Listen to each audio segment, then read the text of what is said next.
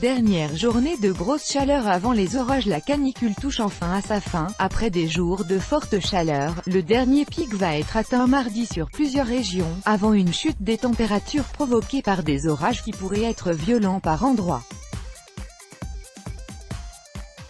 Alors que depuis vendredi 67 départements étaient en vigilance orange canicule, égalant le record de juin 2017, Météo France a levé mardi cette alerte sur 11 d'entre eux, dans les régions côtières du sud et du sud-ouest qui avaient atteint leur pic lundi avec 37 degrés Celsius à Bordeaux.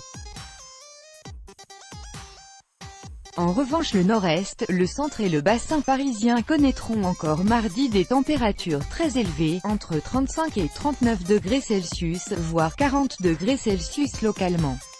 Mais, la canicule se termine, a commenté mardi le prévisionniste Frédéric Nathan.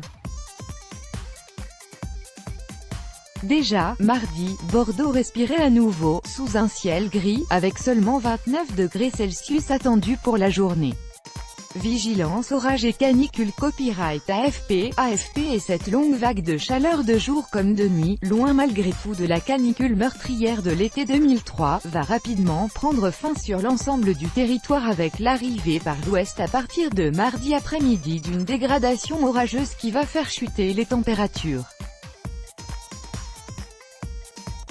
Cette perturbation devrait entraîner des orages parfois violents accompagnés de grêles et de rafales de vent allant jusqu'à 100 km/h d'abord en Normandie puis en Île-de-France mardi après-midi, avant de se diriger vers le nord-est.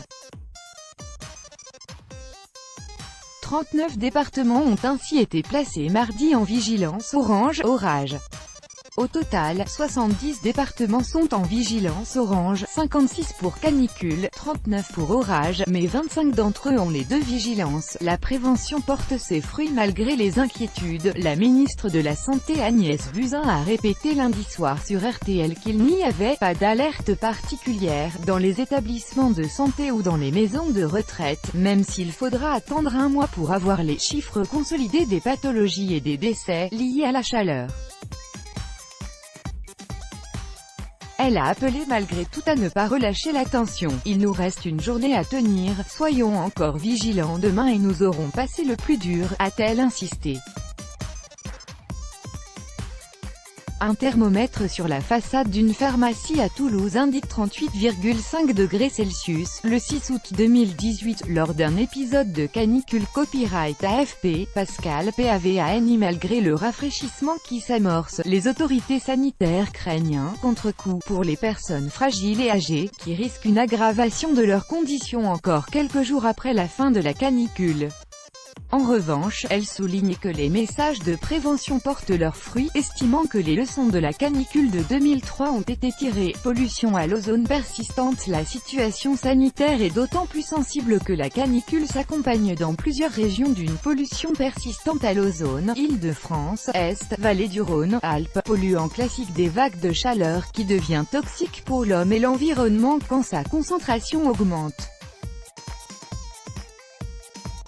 Les certificats de qualité de l'air pour les véhicules copyright AFP, Vincent LEFAI, contient en réponse à cette pollution qui favorise l'asthme et irrite nez, yeux et gorge. La vitesse maximale a été réduite de 20 km/h sur de nombreux axes routiers et la circulation différenciée qui interdit aux véhicules les plus polluants de rouler est en place depuis lundi dans plusieurs villes, notamment Paris, Lyon, Strasbourg.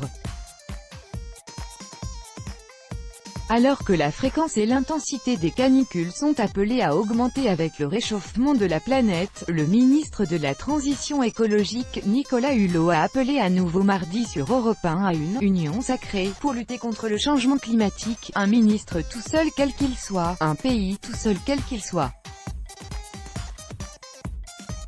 n'arrivera pas à résoudre une situation qui est le fruit d'un développement sur des décennies et des décennies, a-t-il déclaré, se défendant d'avoir été absent dans les médias pendant cette canicule. Contrairement à Agnès Buzyn, il y a une situation de crise sanitaire, la ministre de la Santé est en pointe sur ce sujet-là, a-t-il noté.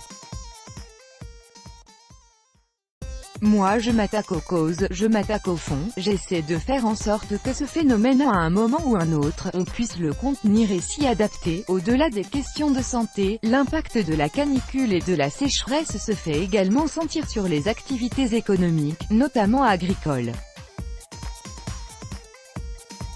Culture de maïs, prairies et élevage. Les effets sont beaucoup plus graves dans la moitié est, selon le ministre de l'Agriculture Stéphane Travert. Tout droit de reproduction et de représentation réservé. Copyright 2018, Agence France Presse.